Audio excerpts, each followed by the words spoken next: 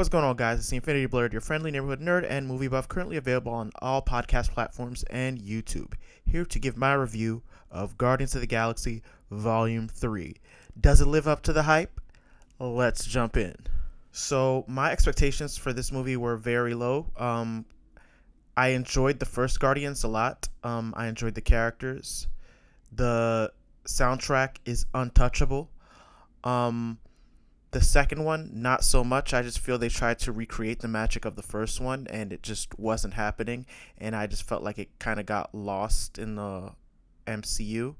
I was not a fan of the Christmas special either. Call me the Grinch if you must. But I just didn't feel like it had any of the heart or the magic of the first one either. It just felt like an afterthought, or just to capitalize on that franchise. And apparently they just had a whole bunch of sets left over from Volume 3, and they were just like, well, we could just do a special if you guys are down. And everybody was just like, why not? And to me, it kind of shows. I did enjoy Peacemaker, which is DC, but it's still James Gunn. I didn't like Suicide Squad. So, long story short, my expectations were very low for the movie. And I was pleasantly surprised. And I say I'm pleasantly surprised because it really did feel like they went back to more or less what made the first one special.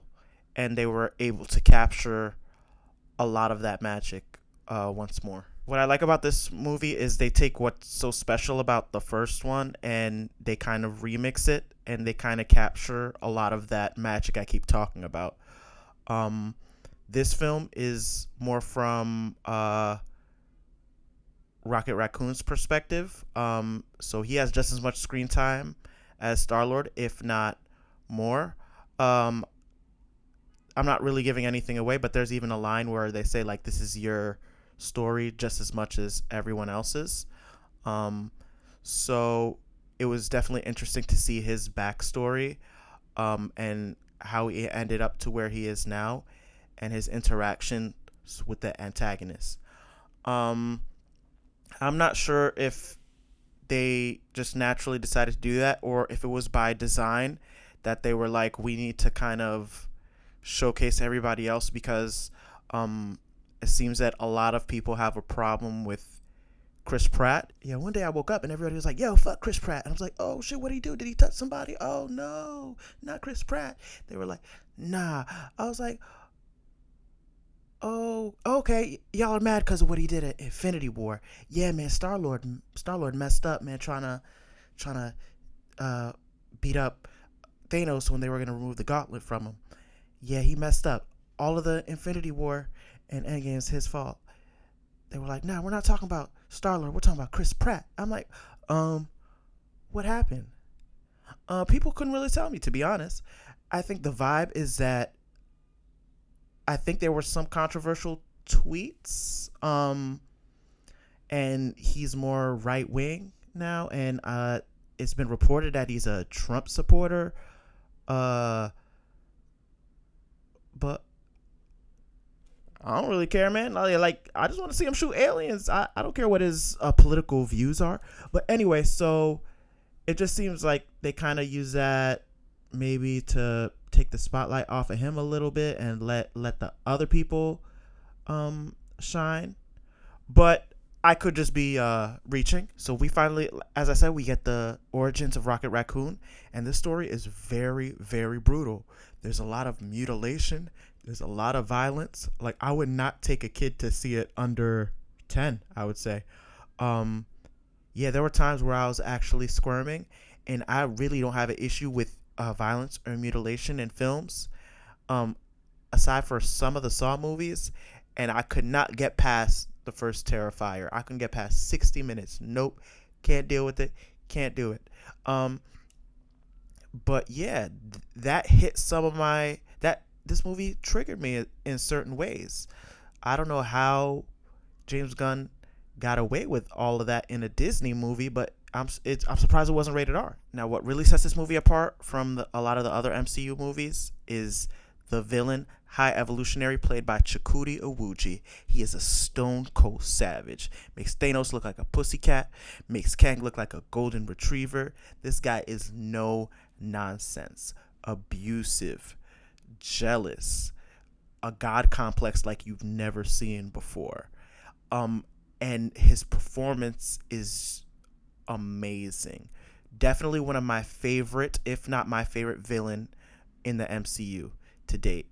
I think he's so popular that there's rumors circulating that depending on the issues with Jonathan Majors, that they might figure out how to have Chakudi replace him, and I think he would fit perfectly as a villain of that magnitude. By the way, I did a podcast on the controversies going on with Jonathan Majors and Ezra Miller. I'll put the link in the description and up top, so if you want to check it out, feel free. By the way, if you like what you're hearing so far, click the like and subscribe button. So this is spoiler-ish, but not really. If you look at the High Evolutionary, it looks like his skin has been reattached to his face. And I won't say how or why that is, but it is something they explain in the film.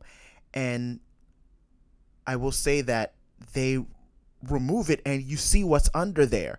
I was like, what the hell? It was so gruesome and so brutal.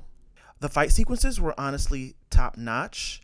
They shot the action sequences with these like anamorphic lenses, and they kind of shot from the bottom looking up. It looks like and it was just like steady cam, and they were just like bobbing and weaving around everybody doing these crazy moves.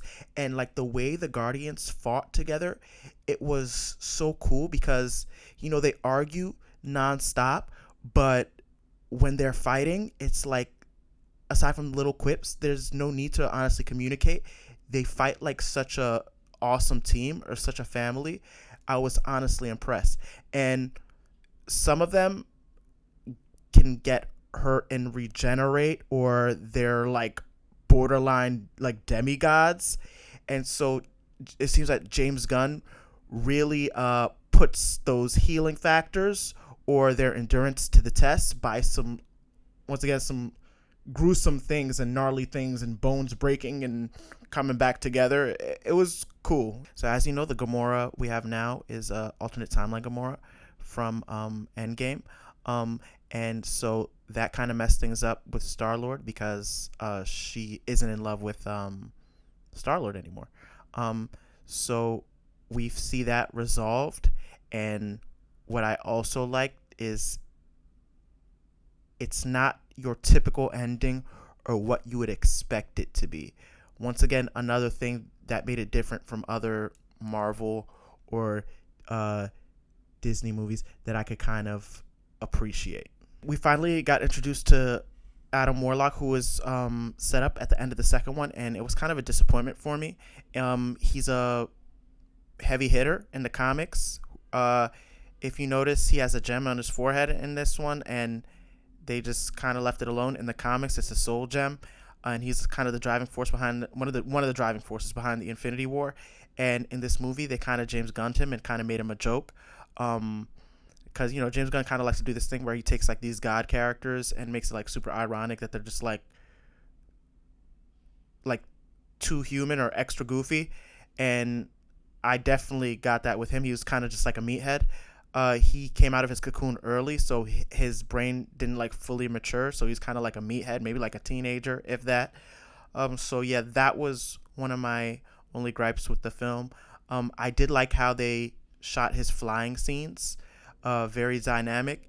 And how much you want to bet that it was a low-key screen test for how he's going to shoot some of his scenes when he's directing Superman. So that could be a interesting element in the DCU if that's what he was doing. Yeah, so James Gunn's buddies had to pop in the movie, so we got Nathan Fillion had a funny cameo. Um, some people from the previous movies pop up. Sylvester Stallone is in the movie, and once again, it's a disappointment. He's the leader of the Ravagers, but like his scene adds absolutely nothing to the film. It was clearly just like Stallone is here, we're shooting something with him. We don't care if it hits or not. Like his scene honestly adds nothing to the film for me.